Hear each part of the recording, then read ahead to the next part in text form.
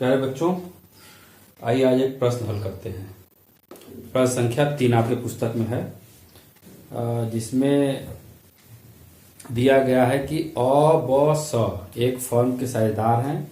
1 जनवरी 2018 को उनके स्थायी खाते पूंजी खाते में क्रमशः 10,000, 8,000 और 6,000 रुपए, यानी कि जो कैपिटल था, ए का कैपिटल 10,000, बी का कैपिटल 8,000 और सी का कैपिटल 6,000 है। ठीक, आगे चलते हैं। इस तिथि को उनके चालू खाते में क्रमशः 1,850 क्रेडिट था ए के खाते में, बी के खाते में 1,170 रुपए क्रेडिट था और सी के खाते में 630 रुपए डेबिट थे।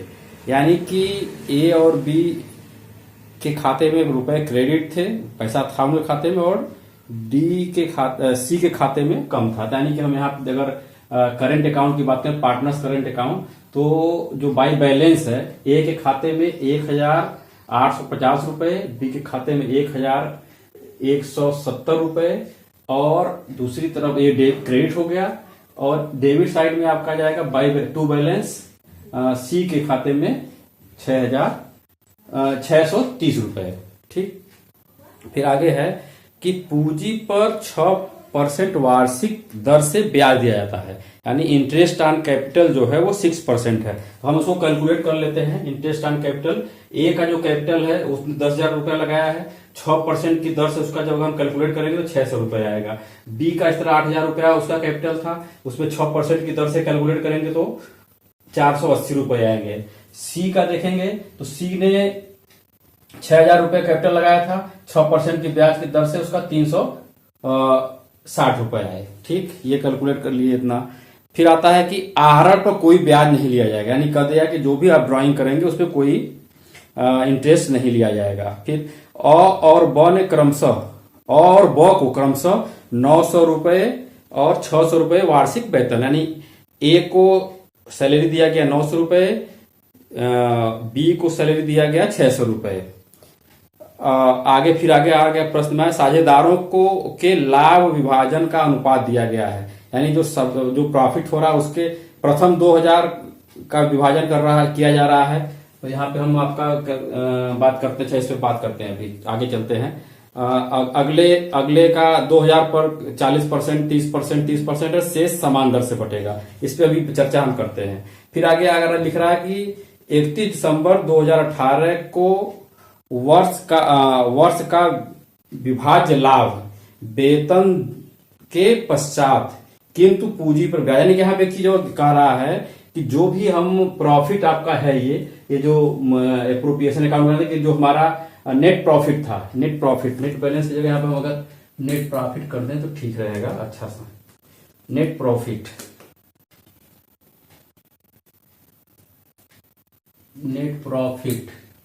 तो आपका 6,100 रुपए है, लेकिन इसमें कह रहा है कि वेतन देने के पश्चात, यानी कि जो वेतन है आपका, हम लोग सबको पता था कि जो पार्टनर्स के वेतन होते हैं पीएल एप्रोप्रिएशन अकाउंट में आता है, लेकिन चूंकि कह रहा है कि ये पहले से उसको हम एडजस्टमेंट कर चुके हैं, इसलिए सैलरी को वहां न लिख करके सैलरी को पार्टनर्स के करंट अकाउंट में लिखेंगे। यहाँ पे हम सैलरी लिख दे रहे हैं। सैलरी आपका 900 और 600 रुपए, ए का सैलरी 900 रुपए, बी का सैलरी 600 रुपए, इसलिए वो एप्रोप्रिएशन अकाउंट में न आकर के सीधे करंट अकाउंट में आ जाएगा पार्टनर्स के, क्योंकि उनको वो मिल चुका है। लेकिन जो उनका पूंजी पर ब्याज है इसको उसमें लगाना है। और दिया है वर्ष के साझेदारों का आहरण जो है 750, 600 और 400 रुपए। उन्होंने जो ड्राइंग किया है, यानी कि जो इन्होंने निकाला हुआ है 700, ए ने निकाला 750, बी ने निकाला 600 रुपए और सी ने निकाले 450 रुपए। ठीक, ये हो गए। तो अब इसको हमको कैलकुलेट करना है, तो कैसे करते हैं आइए देखते हैं।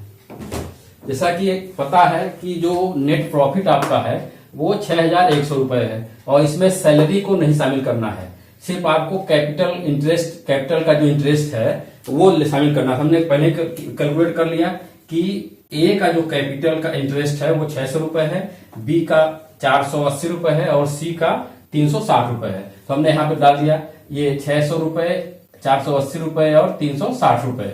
इस प्रकार से टोटल जो आपका इंटरेस्ट आ रहा है वो 1440 रुपए। अब क्या होता है कि बैलेंस निकालना है।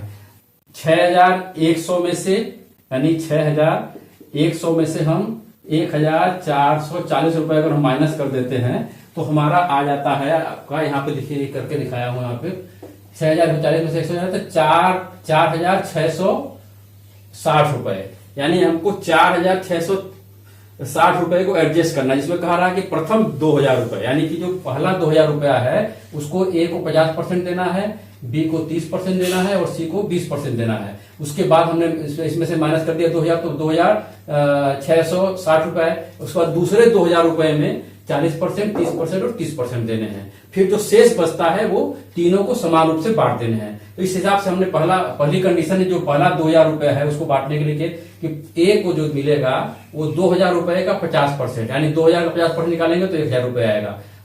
2000 का 30% निकालेंगे तो 600 रुपए आएंगे।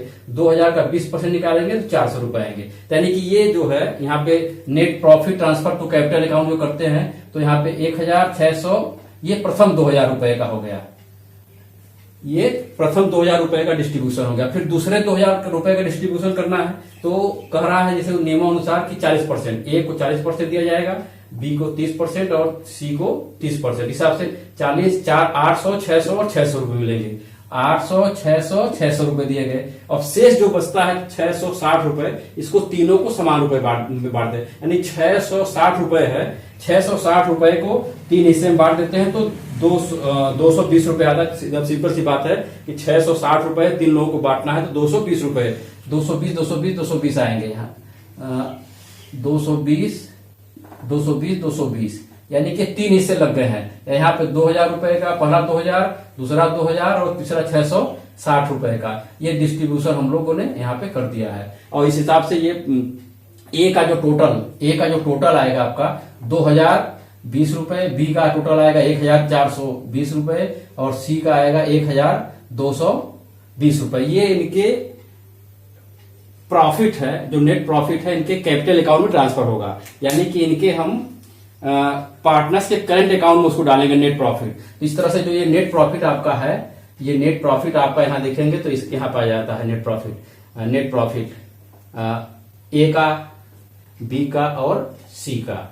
अब इस हिसाब से हमने इसमें इंटरेस्ट ऑन कैपिटल भी डालना था। इंटरेस्ट ऑन कैपिटल भी आ जाएगा ये, और बैलेंस था ही। इस तरह से इधर ड्राइंग का यहाँ पे हमने लिख दिया है। तो इस तरह से आपको कैलकुलेट करके बैलेंस निकाल लेना है। जो ये बैलेंस यानी कि ए का बैलेंस, बी का बैलेंस और सी का बैलेंस, क्योंकि हम लोग सब लोग बैलेंस निकालना जानते हैं, आराम से उसको निकाल सकते हैं। तो मुख्य रूप से मुझे यही समझना था कि ये जो डिस्ट्रीब्यूशन जो प्रश्न में कह रहा है कि पहला 2000 रुपया इसी रेशियो में बांटना है, दूसरा 2000 रुपया इस रेशियो में बांटना है, बाकी जो बचता पैसा उसको समान रूप से बांटना है। ये सब चीजों को ध्यान रखेंगे। इस तरह से प्रश्न आपके आते रहेंगे और उसको आप उसके हिसाब से काम करेंगे।